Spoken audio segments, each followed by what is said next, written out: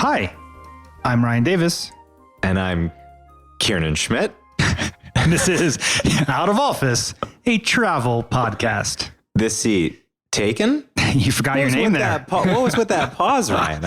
That's not our normal cadence. No, you threw me off. You forgot your name for a second there. No, you paused first. Anyone can listen back in here. You missed your typical cadence of, hi, I'm Ryan Davis. And I'm Kiernan Schmidt. And this is Out of Office, a travel podcast. This seat taken. Everybody knows that. Archie, the editor, can absolutely stand by my assessment that you put the new pause in. Archie's never listened to our opening before. Well, Ryan, it's wonderful to be here with you for lucky number 152. 152. Yes. And it's been a week or two, so surely you're not still in New York. No, I'm actually recording this from Bogota. It's like my New Mexico City, I think. Oh my God. Are we going to end up doing 100 episodes on Bogota like we have on Mexico City? It would be harder to do, but then why are you there? I think we'll get a Bogota, 2 at some point, like a sequel. I feel like you were just there. Am I making that up? I was recently here. It's true. Yeah. I'm here because I like the view from the WeWork. It's beautiful. It's worth the flight. It's worth the 5-hour flight. Yeah, exactly. Okay. Well, I'm glad that you're still out there pounding the pavement. It's good to hear. And what are we going to be talking about on the episode today? This is really one of those lead episodes where you're in charge, Ryan. Yeah, well, a lot of times on the pod, we talk about the 50 greatest restaurants list. And we have on the pod today, Mark Samson, who is with the world's 50 best restaurants. And he's going to be talking about their new list of the 50 best bars in North America, which is really exciting. And did you do the count of how many you've been to? I have been to quite a few because, as we'll hear, CDMX and New York are sort of, heavy on the bars. I don't actually know that Boston not well represented on the list. Does Boston have one? No, I don't think there's a single one. Well, opportunity, Yeah, I'm going to go out and open a bar. You could do like some kind of like nice Harvard kind of like style bar. Call it Veritas. Okay, listen. So, I work for Clover, which is a local restaurant group here. And we've got a great place in Harvard Square. And we've got an alcohol license. We pour beer there. And it is an old classic Harvard spot. We've got this great tiling on the wall that's all these like antique H's and all the pennants of major elite New England schools. So it's very homey, but it doesn't quite crack the 50 top bars in North America. Well, look, Mark's going to be listening to this. So any bars that you drop in Boston might, might have an in for next year. Well, I know you and I we're gonna throw in a couple of our favorites, but of course, I mean, I've got 2 little kids. You're much more active on the bar scene than I. Yeah, this is true. Yeah, Charlie's not old enough yet to take out drinking. But I think in Boston, you got to be 12, 13? I don't know. And except at church, you could do it right after the first communion. You can get that wine. It was why I always volunteered to altar serve, because at the end you had to drink the wine in the back. Of course. Because it'd be rude not to. Yeah. I mean, it's the blood of Christ, but you're just going to put it down the drain? I don't think so. You had to snatch it away from Father Charlie, though, because man. We don't talk. No, we don't. It's Father Peter. We always use Father Peter. That man enjoyed that wine, It's almost like he poured it more than he needed for every mass. Because what's very strange is I think you actually remembered the real priest that I grew up with, Father Charlie. Well, mine's Father Charlie, too. Remember? That's right. But remember, we always agreed we would put now it's going to be out there forever, but it's Father Peter for story's sake. That's all right. Father Peter. Yeah. Now, God, we're going to have to do a follow-up. I'm all thrown now. Ryan, before we get into your interview and all this bar talk, I think there's a particular review that you wanted to bring on to chat about. Yeah, I want to give a shout out to Sandy BDR on Apple Podcast, who left us a 5-star review and said that we are funny and memorable. And dropped the news that I had actually found out earlier this week, Kiernan, but Rick Steves did a podcast interview. Yeah, I learned about this from this review. She said, you may have been beaten to the punch by Jason from Zero to Travel podcast on getting the definitive Rick Steves interview. So I'm going to listen to this interview. We're going to come back. We may even have to do a full commentary. I don't know anyone has ever done a podcast commentary on another podcast's interview. Yeah. But I am getting a little peeved at this the PR people over at Rick Steves, who told me he only does the New York Times, the Washington Post, and NPR. Well, I Googled and Zero to Travel, which is a quality pod for sure, is not affiliated with any of those outlets. At BBC, not a BBC podcast. So Zero to Travel, I mean, what a stupid title. I don't mean to attack. I'm sorry. I'm speaking from pain. I'm very happy for Jason at travel with a zero or whatever it's called. That's how I think of Jason. I want to congratulate you on getting Rick Steves first. But Ryan, if we're turning this into a glass half full sort of situation, this means we might have a chance. Maybe those premier media outlets, which, that's old media, maybe they're losing their cachet. Rick Steves is finally opening himself up to the wide and wonderful world of podcast interviews. Well, I think his second stop would be Out of Office. They would be on brand for us. Yeah, nothing's more a second stop than Out of Office. Maybe we should talk to him primarily about what it was like to interview with Jason. We should go on Jason's pod and just be like, "What's Rick like?" Now, the other piece of Sandy's review here is very important. As for travel suggestions, consider South Dakota, just outside the 5 to 6 hour travel distance, and stay in the Black Hills area, Custer State Park, with easy access to 2 national parks, Wind Cave and Badlands. Now, and then she calls out Mount Rushmore, et cetera. Now, Ryan, this is drawing up something we've been investigating recently. I was shocked to learn just a couple weeks ago that we had not done your first trip to London episode. Now, here too, I have traveled extensively in South Dakota. In fact, Badlands and Wind Cave were my very first national park visits. And, I stayed in Rapid City, visited Mount Rushmore, Crazy Horse, went to Custer State National Park. Custer State Park, went to Custer State Park. And, I have we not done this episode? I got to go back in the archives. If not, I want to thank Sandy BDR. We will definitely have this episode coming up soon because I love South Dakota. Yeah, these are some great suggestions. And folks, go leave us a 5-star review and leave your episode suggestions, and you might remind Kiernan where he's been so we can do an episode on it. Ryan, have we even done your first trip to New York City episode? I mean, what do we know about that? We've done 7. We've done 7 on Boston. We did 3 on Boston, and maybe a 4th just about the islands. I forget. And let me tell you, once the Secret Boston comes out, we're going to be doing a whole separate series. I'm going to be interviewing you, and I'm going to put you in the hot seat. So that's very exciting. We can have the publisher come back on. It could be a whole mini series. But absolutely, thank you to Sandy BDR. This proves if you go and you leave a review, we're reading them. We're taking your suggestions. We're going to discuss them on air. Please do leave 5 stars if you will. We're told that it helps with discoverability in the platform. Clearly, Jason from Zero to Travel must have some decent reviews. Primarily from Rick Steves himself, I'm guessing. This is like anything. I'm sure Jason's probably like best buddies with Andy Steves, Rick's son, and this was a favor. I'm going to get to the bottom of this.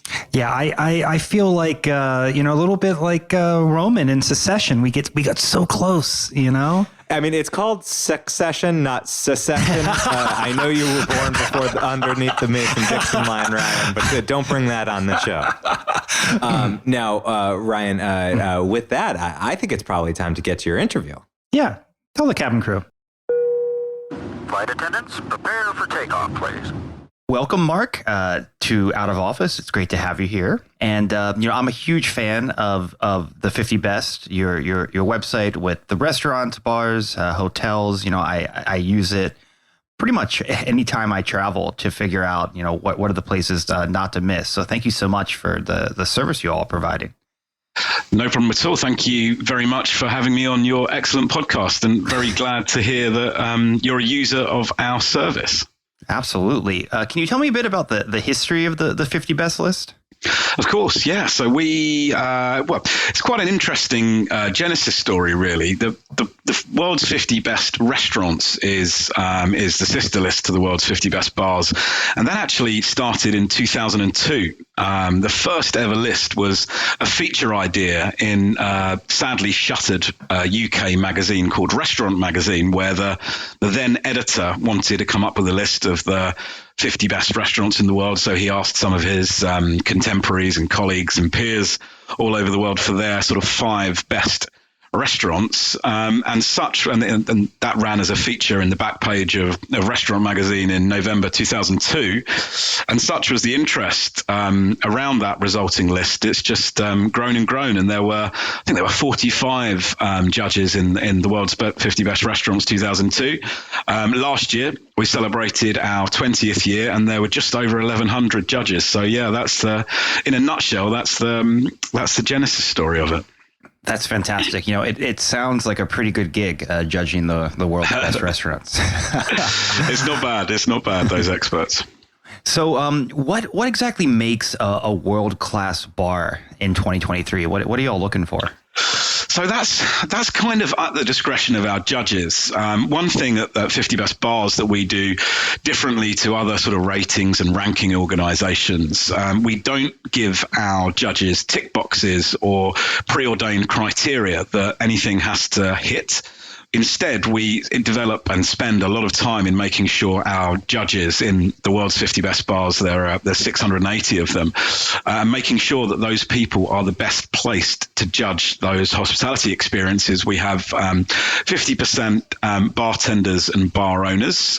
We have 25% journalists and drinks educators and writers, and the other 25% are what we call drinks aficionados, essentially people who sit on the other side of the bar and will are more than au fait with sampling the world's best cocktails. So yeah, we simply ask them for their 7 best bar experiences over the voting period, which is 18 months. And we try not to preordain too much. We just want them to come back with where they've particularly enjoyed and where they've had the best whole cocktail experience. And what's interesting is, you get a mix of really big cities, but also smaller cities as well. Going through the list, there are bars in the Pacific Northwest. There are bars all over. So how do you kind of make it geographically distributed like that? For sure, yeah. I mean, we were super pleased with the North America list that we just published a couple of weeks back, with how good that regional split was and how many sort of relatively random and slightly smaller cities have featured. So essentially, what we do in North America, we divide the North American continent into 7 regions. We have 2 in Canada. Canada East and Canada West, which are both headed by Academy chairs, who in the West we've got Charlene Rook, and in the East we've got Christine Sismondo, both super celebrated drinks writers, and then they will pick a panel in their region based on that sort of breakdown of bartender, journalist, drinks aficionado in their region. Then we split the US itself into 4 regions. We have that's the Northeast, the South, the Midwest, and the West. And then we have another 2 regions, one in Mexico and one in the Caribbean. So yeah, that's how we sort of divide the continent. And then there are voters selected within those regions, and then all of those voters are asked for their 7 best bar experiences of the last 18 months. Well, that's fantastic. And I was really impressed with when the list came out this year. I was actually at Cloakroom in Montreal. No way. Yeah. Amazing. So everyone was very excited, and they passed out free shots. And so it was fun to be at one of your 50 best while you guys are down in, I guess you were in San Miguel this year for the announcement. Yeah, right? Down in San Miguel Allende. But that's so good to hear. I mean, Cloakroom was in the list last year, and it's really, really to know that people are either following along in the bars or watching on the live stream, and then they're celebrating with the locals or the people who happen to be in the bar at that time. It makes it really reaffirming for us that we're doing the right thing. So glad you were there. Yeah, no, it was a great night. So what were some of the new arrivals on the list this year? Cool. So I think the big one was would be the Disaronno highest new entry, which is the bar that we award that prize to for coming into the list in the highest position, which this year was another Canadian bar, Bar Pompette in Toronto, which came into the list with aplomb, and that's looking like it's going to make real waves across the entire continent. Also, another one of the new ones into the list this year, there was Rayo in Mexico City, which looks like an awesome. Well, actually, I've been to Rayo. A really, really nice bar opened about 18 months ago, and it's a lovely sort of inside-outside space. Specializes in agave spirits, as you might expect it for a bar in Mexico City, but has its real own identity.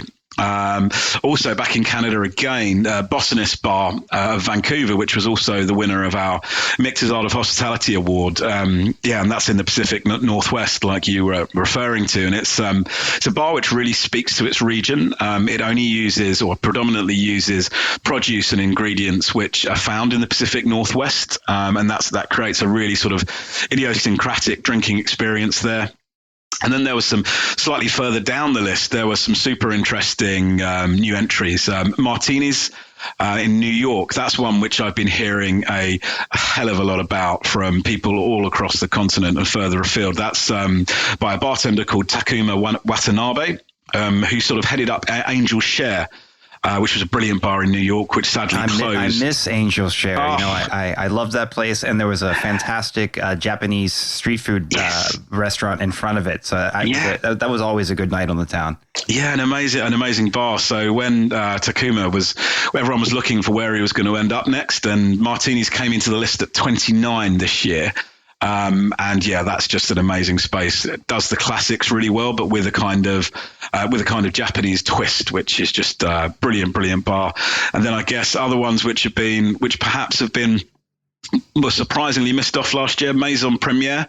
Also in New York, in Brooklyn, that's a classic bar with some really, really good service that was on the list this year. And then is that the first time that they've been on the list? Yeah, so we've only done 2 North America lists. The first one, the first one we did in North America was last year. We've been thinking about it for nearly the best part of a decade, but we thought immediately after the pandemic, when bars sort of really need that, a bit of impetus or a bit of stimulus to get some bums on seats, we thought then was the right time to launch the North America list. So Maison Premiere, that was the first time on the list for those guys. Really good to see them in San Miguel last couple of weeks ago and have share some drinks with them. And then further down the list, we had an awesome bar called Youngblood in San Diego. Now, I had a few too many shots with the team behind there. But they're looking to do some really exciting stuff. And then, there's Yacht Club, which is from Denver. Similarly, great people who really, really sort of engaged with all the parties we threw down in San Miguel. And I could go through every single bar in the list, and there's something good to say about them all. But the main thing is that they've received the votes from our 280 voters and made their way onto the North America's 50 best bars list. So if a bar is number 1 on the list, are they eligible next year to also be included? Yes, absolutely. Yeah. So Double Chicken Please, which is, well, this year's number one and the best bar in North America. Yeah, they absolutely will be available to be voted for next year. Because I've been rooting, Handshake made it really strong on the first list. Hell yeah. And I was hoping they'd hit that top spot. They're very close. So close. Yeah, I mean, Handshake is actually in the world's 50 best bars list, which obviously has a far wider pool of voters than just North America. They've been the best bar in North America for the past 2 editions. So they were tipped to get that number 1 spot, but they were just pipped at the post by Double Chicken Please. But yeah, I love Handshake. I think all the team behind it are one of the most talented teams in the whole world of bars. And I've no doubt that I'm sure that they will get to the top spot eventually. But yeah, they just missed out this year. But they certainly didn't let that affect how they enjoyed the party. How close is the voting? Like, is it like a U.S. presidential where it can come down to just a handful of votes? It can literally come down to a handful of votes. I can't actually share how many votes it sort of takes to get to the top, or what the actual split was between DCP and Handshake this year. Just to reduce the opportunity for lobbying, essentially, and voter lobbying. Our voters are anonymous, but it's just that the more details that we can keep close to our chest, the better in these kind of circumstances. But yeah, I can reveal that, like in the voting at the American presidency, it can come down to very, very minute numbers. So the voters are anonymous. So if you're running a classy cocktail bar, you should treat every single client as if they might be a voter in this list. 100%, exactly. That's the prime reason why we do keep our 280 voters anonymous. The only named voters are our academy chairs, of whom there are seven across North America. But yeah, we're very, very strong on the fact that we want the voters to be anonymous. But look, if somebody is a well-known bar professional or somebody who's super experienced in a particular cocktail scene, you can probably guess that person will be one of our voters. And what are some of the other bars that maybe weren't new this year that are some of your old favorites on the list? Oh, I was really pleased to see Jewel of the South in New Orleans do so well this year. They picked up the award for the best bar in South USA, and John Stubbs and his wife Victoria and Chris Hanna, they're doing some amazing things for the entire North American bar scene. So it was really, really good to see them come in at number 5 this year. Dante, which followed closely at number 6 in New York City, which has actually been our world's best bar in 2019. They were the world's best bar, and Lyndon and Nathalie, the people behind that, an Aussie couple, what they've done in New York City to sort of revive the aperitivo scene. That's something of which I'm a big fan of. Has just been amazing, and they're really, really good people. So to see them doing so well is really, really nice. But again, you could go completely through the list and see some really, really good figures. So Herbs and Rye in Vegas, run by a legend of the cocktail scene, Nectali Mendoza. It was the only bar from Vegas and Nevada that made it onto the list. That's a superb place at number 27. And then at number 28 as well, actually, Pacific Cocktail Haven, run by another bar legend, Kevin Dietrich, in San Francisco.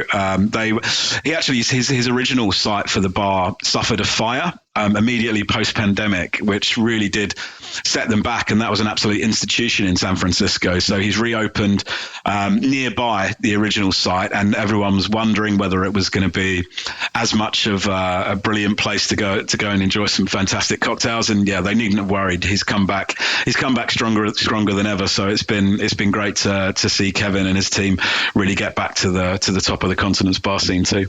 Oh, I've got to get back to San Francisco. I haven't been since the pandemic. It's such a fun town. Yeah, so fun. So you've mentioned that there's also a world's best bar list. I know that there's a restaurant list. I'm going to link folks to the website in the show notes, but just give them an idea of some of the other lists that you all have put together. For sure, yeah. So as I mentioned, so the original or the inaugural list was the restaurants list in 2002. So with the world's 50 best bars, we launched the world list in 2009.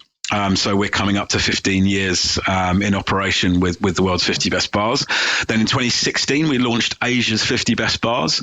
2022, we launched North America's 50 best bars. So we've got 3 lists in the bars sphere.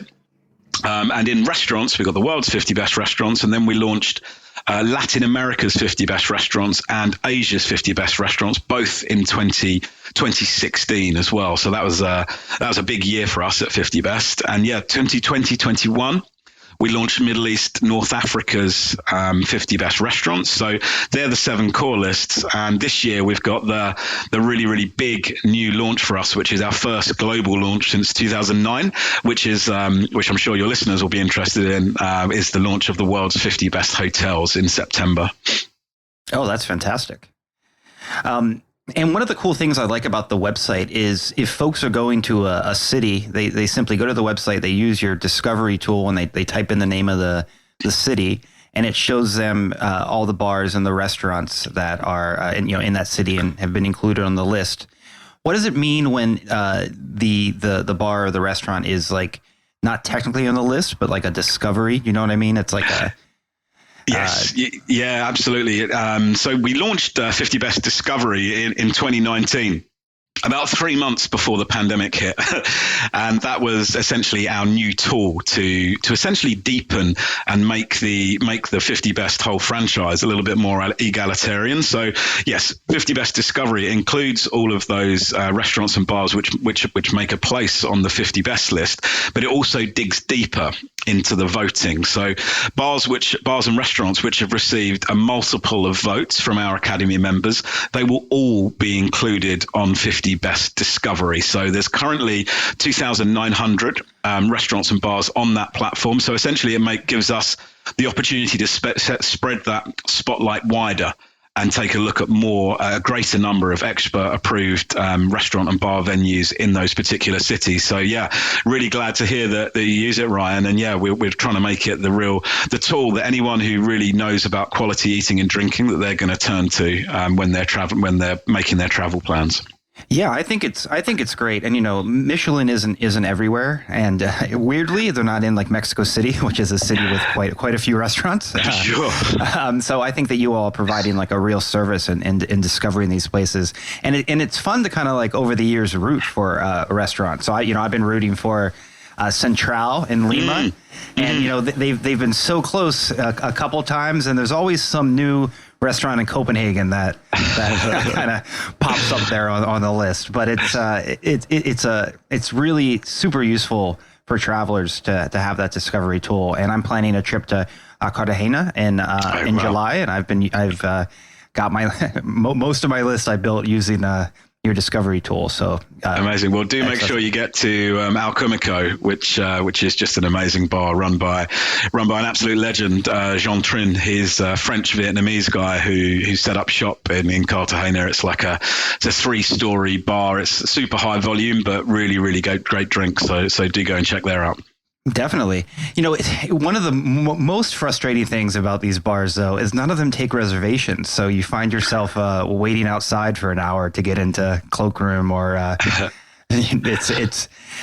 do wish that reservations would become a cocktail thing, but I don't know that's going to happen for me. I know what you mean. I mean, that's a completely another discussion about the reservation versus no reservation policy. But yeah, one that will keep our powder dry on this time, I think. So one last question is, what do you think the cocktail of the year is? What are people really excited about? God, you know what? When it comes to trends, I generally try and steer away from mentioning anything because I'm generally wrong, or I'll generally say something which will prove not to be a trend. Well, I thought like last year was like all about the espresso martini. It was everywhere, and I don't know that I've seen something similar this year as I've been traveling around and drinking. If I've seen something kind of, I wonder if you've seen anything bubbling to the surface. I mean, there's been a lot of from the travel I've done this year. I've seen a lot of twists or variations on Negronis. Maybe just because I've spent a bit of time in Mexico, I've seen some really and tasted some absolutely delicious mezcal Negronis. I love a mezcal Negroni. Oh, me too. Yeah. Me too. Just that little bit of smoke makes it really quite special. So yeah, I think we'll continue to see twists on Negronis and people trying to sex up that classically brilliant drink. But I think we will also see a lot of lower ABV serves. I think that's a trend which we're witnessing worldwide. People might not want to drink cocktails which are sort of north of 20-25% proof, and longer highball style drinks are coming right into vogue. But I think as a more generic trend towards drinks, I think we're going to see lots of savoury flavours in the glass now. Double Chicken Please, our best bar in North America that was just announced, that really does a really strong line in cocktails based around food. Their cold pizza is outstanding. Their key lime pie is, I don't know how they make that taste so good. And also a cold noodle soup cocktail, which are really, really quite delicious. And I think with those savoury flavoured cocktails, you can tend to drink one or two more of them than you would if something's super, super sweet. So yeah, savory drinks I think would probably be the thing that I'd be looking out for. Yes, and just a note on Double Chicken. I live in New York and I haven't been, which I'm embarrassed to say, but that sort of came out of nowhere, right?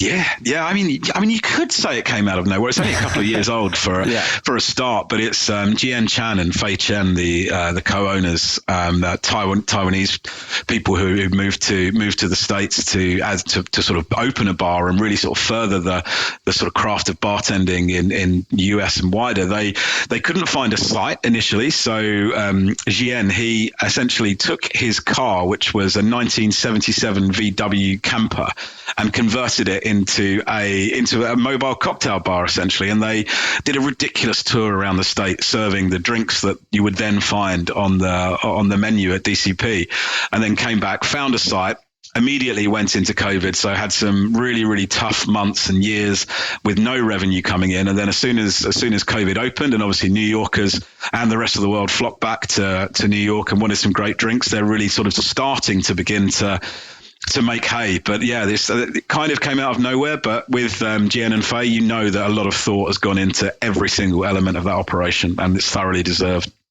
Well, that's fantastic. Well, look, I really appreciate you taking the time to come chat with us this morning. We're super excited about the list and what y'all doing at 50 Best, and hope you keep in touch. No, thanks very much. Anytime, Ryan. Thank you.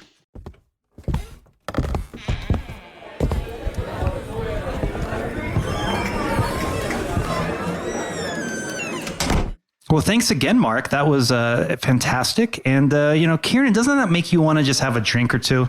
I mean, I pretty much constantly want to have a drink or two. It's funny because in the pandemic, I really became quite a home cocktail maker, and I zeroed in on a few home cocktails to make. But I do think you only really get great cocktails and really like ideas for making more at home when you go out to a great cocktail bar. Yeah, Chase has gotten where he's making a lot of cocktails at home, and they're so over the top, and it's like the amount of mess one cocktail can make really blows you away. You got to find a 3-ingredient or fewer one. That's not enough. Kath and I have a house cocktail. It's called the Southern Baptist, and it is excellent. It's fresh lime juice, ginger syrup, and bourbon, and it is just real good. Oh, that does sound good. Well, you got to make that for me next time I'm in Boston. Absolutely. Just come on over. Now, Ryan, I understand you want us to discuss a couple of our favorite bar choices. Now, I don't know that my choices are going to qualify for top 52. I'm not going to add 2 more to the North America list, but I personally have my opinions on kind of a more divey bar, like everyday bar, and then a special travel bar that I've been to. Yeah, We've each got 3 bars, so why don't we alternate and sort of go through the list and talk about... Well, you have 3 proper. I have 2 that I'm just going to combine into one because, Boston not represented on the list. And I do think I'm Are they both Cheers? Yeah, go visit. There is a real Cheers. I know, that's why tourist trap that you can go to. Yeah. It's right next to the big park. Common. Yeah, it's right by Boston Common. I have not been to that, but I do think, Ryan, I'm a bit more of a beer guy than you are. So I did think... You're the man of the people, that's me. Salt of the earth, honest man, 3 things. That's all I am.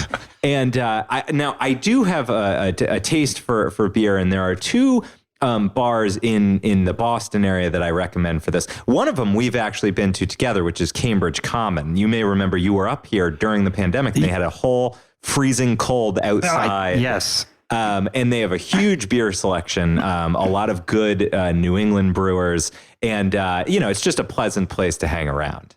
Yeah, I've only been to the parking lot though, because that was during the pandemic when nothing was open inside. You had never been inside here. I don't know. You've been up here a lot. I wasn't sure of that. So okay, we got to get you back up here. Yeah. No, I spend most of my time at Club Cafe when I'm in Boston. And the other place, and this is my favorite brewery in the area, is Trillium. Trillium. And when craft brewing was just coming up, Trillium really became the most famous for their New England IPAs. If you like the really hoppy, hazy, very filling sort of a IPA, I do too. Honestly, Trillium has spoiled me for any other beer out there. It's my absolute favorite. When Catherine and I were traveling in Iceland, we went to a microbrewery one day, and we mentioned we were from Boston. The guy just looked and said, "You are so lucky. I go to Boston 2 times a year from Iceland, where I own this bar, just to go drink at Trillium. And they have several locations. The main one is out in Canton, Massachusetts, but of the ones in the Boston area, I really like the one that they call Trillium Fenway. And it's not exactly at Fenway, but it's nearby. And super fun outdoor area. The indoor area is completely glass, and in nicer weather, they open it up, and it's got kind of this nice little park right by it with some art. And it's just like such a great chill place to drink, and they've got some nice food there. And they're expanding outside the IPAs. But personally, I'm always going to go for the IPA or the double IPA or the triple IPA. Triple IPA is a little. I didn't even know that was like a thing. Is that just bread? Oh, it's that's funny. That's really funny. Yeah. So Trillium, my place of choice, and then Cambridge Common for the more of like the college divey bar feel, but with a great long beer list. Love that. So I'm going to, believe it or not, 2 of mine are natural wine bars. So I will group them together. The first is... Wait. You're not going to talk about Boxers in New York City? I figured that we would talk about Boxers together. That's the bar that we spent a lot of our time at. When Ryan and I met and we were working at Blue State Digital, don't call us woke just because it has blue in the title. We worked at Blue State Digital. It was a pretty woke place. It was like woke before woke was woke. Yeah, you know. Yeah. But you know, by today's standards, it was Mitt Romney. And we used to go when Ryan was still trying to suss out whether I was gay or not. He would keep bringing me to this gay bar right down the street called Boxers, and I didn't know he was like investigating me. But it turned out to be a great bar, really accessible, cheap beers. And kind of became our hangout. It's a gay sports bar, and it's there are 2 in the city. There's one in Hell's Kitchen, and there's one in Chelsea. Right. I had one right near my apartment, and I had one right near my work. Yeah, so very handsome bartenders. They had a loyalty program. Great happy hour there at Boxers. But no, Boxers, great bar, not one of my favorite bars in the world. We're only talking about North America. That's true. It is North America. So 2 natural wine bars I love. One in Mexico City is called Loop Bar. And this is in Condesa, in sort of the hipster neighborhood. A lot of good restaurants. We talked about that a lot. And it's a small bar with a ton of just great natural wine and great small bites. Like you can get like some really good octopus and some really good red wine and just have a pleasant evening.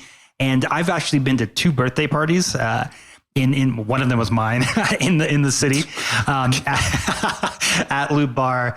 It is a very hip place, and so if you enjoy wine, if you enjoy small bites, highly recommend. How about mezcal? Do they have any mezcal? They probably do, but that's not really the vibe of the place. Yeah. This other bar in my neighborhood in Bushwick, Brooklyn, opened right before the pandemic. It's called the Great timing. Good timing. I know. It's called the 10 Bells Brooklyn. And there's a smaller 10 Bells in Manhattan. And so this is sort of 8 bells.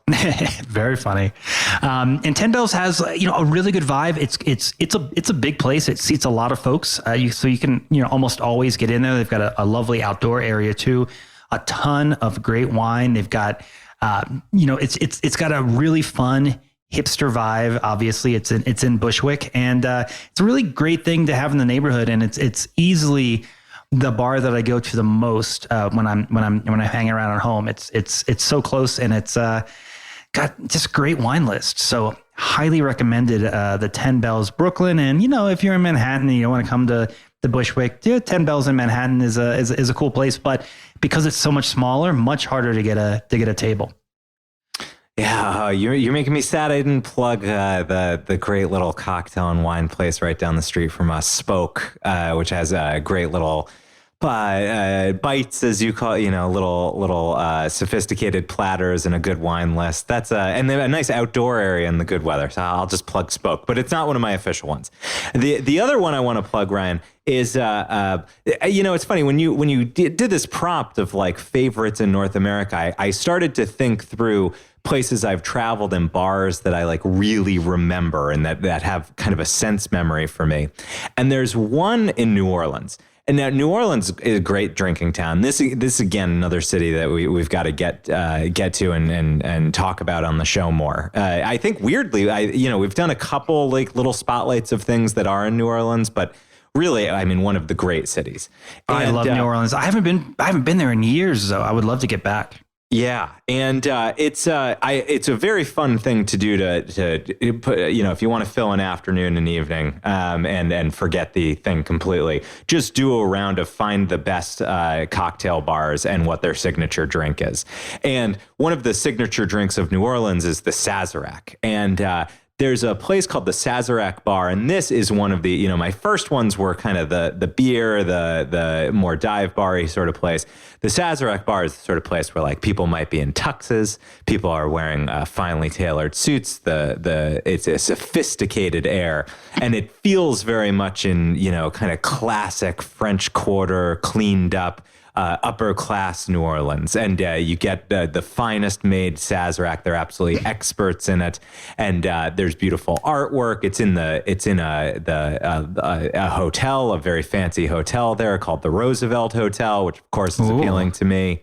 And there's something, even just describing it to you, there's something very transportive about being in this place. It feels kind of out of time, and you feel like kind of a better person, sitting up straight, saying smarter and funnier things by being there. So it's kind of against that idea of the drunken, slobby New Orleans trip. I like a Sazerac bar. I'm imagining like you and Truman Capote sitting there. Like exactly. That's exactly what it brings to be. And that I think is really cool. But it's really, it's an old school, very classic bar. So I'm not surprised it wouldn't make the 50 best. But if you were doing a 50 best of all time, I think it could make it. Well, to go to the complete opposite of this choice. So you're going to go with the barfy, disgusting, sticky floor. I'm going with a bar pretty close to my hometown called Secrets. And this is in Ocean City, Maryland. And to say this is like one of my favorite bars is stretching it, but it is like a bar that I go to once a year when I go to visit my mom, because it's so outrageous. And it's basically a whole city block. And it's right up on the bay. So they actually have seats where you can sit in the water and order cocktails. They've got, great like seafood. It's huge. So there's multiple stages where there's live music. And it is the kind of place that when I was a kid, they had $1 you keep the fishbowl drafts, just to give you an idea of like. Wait, what's that mean? Basically a 32-ounce fishbowl full of beer for $1. It's going up to like $3 now. Thanks, Joe Biden. But no, hey, I know we're trying to keep it conservatives. But it is a wild experience, and if you're in Ocean City, Maryland, you really have to go to Secrets, because it is so outrageous. And even if you just go earlier in the day to kind of hang out and get a sense of the vibe, if you go on like a Friday or Saturday night, it's like a huge club and it's like too much. But you can go a little earlier. You can do a happy hour before sunset. It's like a little chill, but it's a cool experience. So Secrets Jamaica, USA. That's the full name. And they got as you can imagine, they had a really good radio song. Secrets Jamaica. Secrets Jamaica, USA. All I can think when I hear the name of it is, do you remember Conan O'Brien, like the original late night show, used to have a segment called Secrets? Oh, yes. And the celebrity would come on and tell silly secrets. I do remember that, yes. All right, so that's our complete additions to the list. Trillium in Cambridge, Common in Boston, Sazerac Bar in New Orleans, Loop Bar in Mexico City, the 10 Bells in Brooklyn, and Secrets in is it technically in Ocean City? It's in Ocean City, the heart of Ocean City. Fantastic. Well, Ryan, with that, I think it's time for the last stop. The last stop. Ladies and gentlemen, this is the last stop on this train. Everyone, please leave the train. Now, Ryan, this is the last stop, the final segment of the show. It's my favorite segment. It's your favorite segment. It's popularly known as the people segment.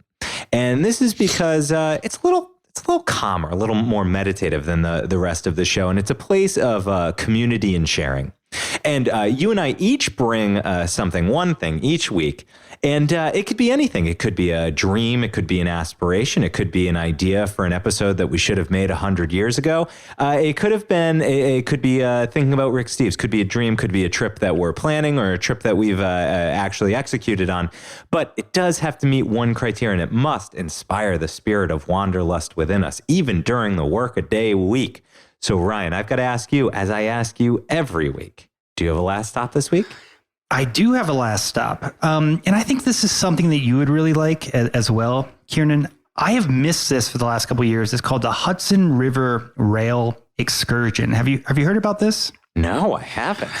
So what this is they've taken some of these old train cars from like the 40s and 50s. They've renovated them, and they have the dining experience. They have the cocktails, and you go up the Hudson, and you basically spend an afternoon sort of living like you're in the Gilded Age on these old train cars. And they run these throughout the summer, and they sell out so fast. So my hope is by mentioning this on the pod, I can use it next time the tickets go on sale as a way to kind of get in. But right, because it already says 2023 all sold out. All sold out. Yeah. So I would love to do it. It looks so cool. And they've got two different classes because, they gotta, you can either feel like. I wonder which one you're aiming for. You can either feel like you're a Vanderbilt or somebody who worked for the Vanderbilts, you can experience it either way, but it does look like a really fun time. And whenever I see the photos, I'm always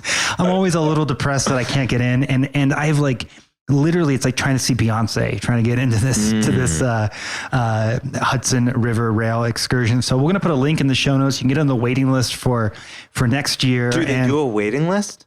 They do a waiting list. Oh my goodness. Yeah. So, you can, it leaves from the beautiful new Penn Station, which if folks haven't seen it yet is, believe it, I can say beautiful and Penn Station in the same sentence. I mean, that is something, right? Absolutely. Yeah. So we're moving forward. We really are. So check out the Hudson River Rail Excursion. Why do they not do this more often if it's so popular? I don't know. It might be hard just to get the track time. I mean, it's probably how busy is that is that stretch up? Yeah, this is a cool one. I like it. Yeah.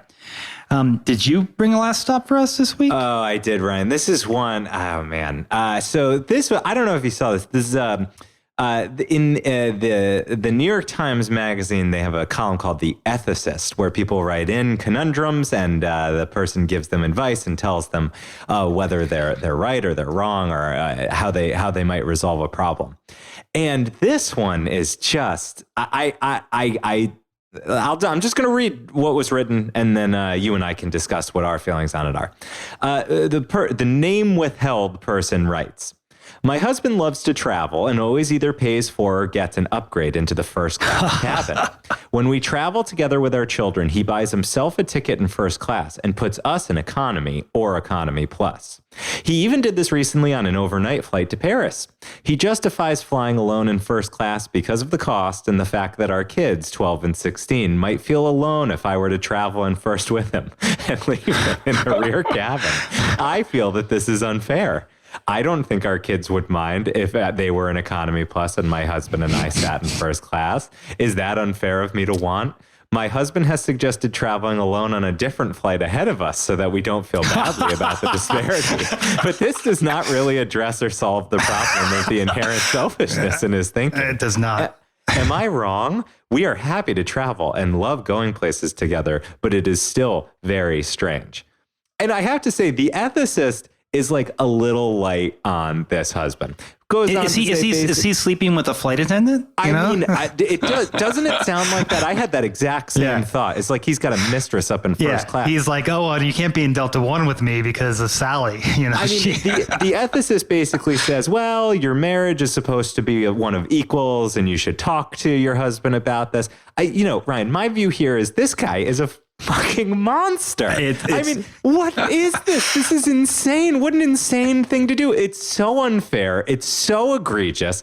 And to justify, to offer like it's some sacrifice. Oh, well, I'll just go on a whole different flight in first class if that'll make you feel better. Oh, yeah, that solves the core problem, genius. This is such a nightmare. I hate every part of this person, and I feel very bad for name withheld that she's been keeping this inside. But, one thing he's doing that's good is keeping children out of first class. But the kids are 12 and 16. Yeah. But I love that she says he justifies it because of the cost. Well, if you're really concerned about the cost, then you should all be an economy plus. I think they should fly private. He needs to step up. I mean, is there any way that this is justified? Like, how did the ethicist not come down on this guy much more brutally? I mean, what do you do if one of you gets upgraded? I feel like you have to give it to your wife. That is very difficult. That is very difficult. I can't imagine taking it myself. I would feel so, especially the Catholic part, I'd just be so guilty the whole frickin' time. I couldn't do it. Maybe you could alternate like halfway through. Oh, that's a good idea. Yeah. Yes, I would do that. That's very good. You just got to split the baby in half. Yeah. So I did see this because it kind of went viral, and I'm blown away that this guy thinks this is appropriate behavior because it's wild to me. Yeah. I mean, it's just so horrible, and there's no justification for it. So, oh my gosh. Anyway, it makes me very heated, and I just wanted to go on the record and say this woman should fly first class for the rest of her life, and her husband should be hanging on to the wheel well. Not even in comfort. He should be back by the bathroom in the 57th row. I put him flying below the plane. He should be where the pets are. Now, Ryan, since we've settled that and we've done a bit of our, we'd love more travel conundrums. Feel free to send those on to us at outofoffice@gmail.com. Think of us as your travel ethicist. No, I'm sorry. At outofofficepod@gmail.com. outofofficepod@gmail.com. Now, Ryan, what are we talking about next episode? We are headed to Motown, USA, Detroit. Excellent. Well, we both have a fair amount of experience in Detroit. Gosh, I've probably been to Detroit. I'd say I'd probably been there 20 times because I used to work with Ford Motor Company. Yeah, we're Team Detroit. Absolutely. Enjoyed Detroit. Team Detroit was the name of the WPP agency that served Ford Motor Company. Spent a lot of time in that building. So I used to always prioritize getting out for good meals and good tourist attractions. When I had a particularly long or difficult trip, I would always carve out just a little time to head to a museum or a park. So this is going to be a great episode. This is our first trip to Detroit. Yeah, we're looking forward to it. Until then, I'm Ryan Davis. And I'm Kiernan Schmidt. And this is Out of Office, a travel podcast. The seat taken? I feel like Connor would be the one sitting in economy comfort, right? Like, I don't know. He would do anything to keep Will. Don't you love that they're going to be long distance now? Yeah, that's going to go great.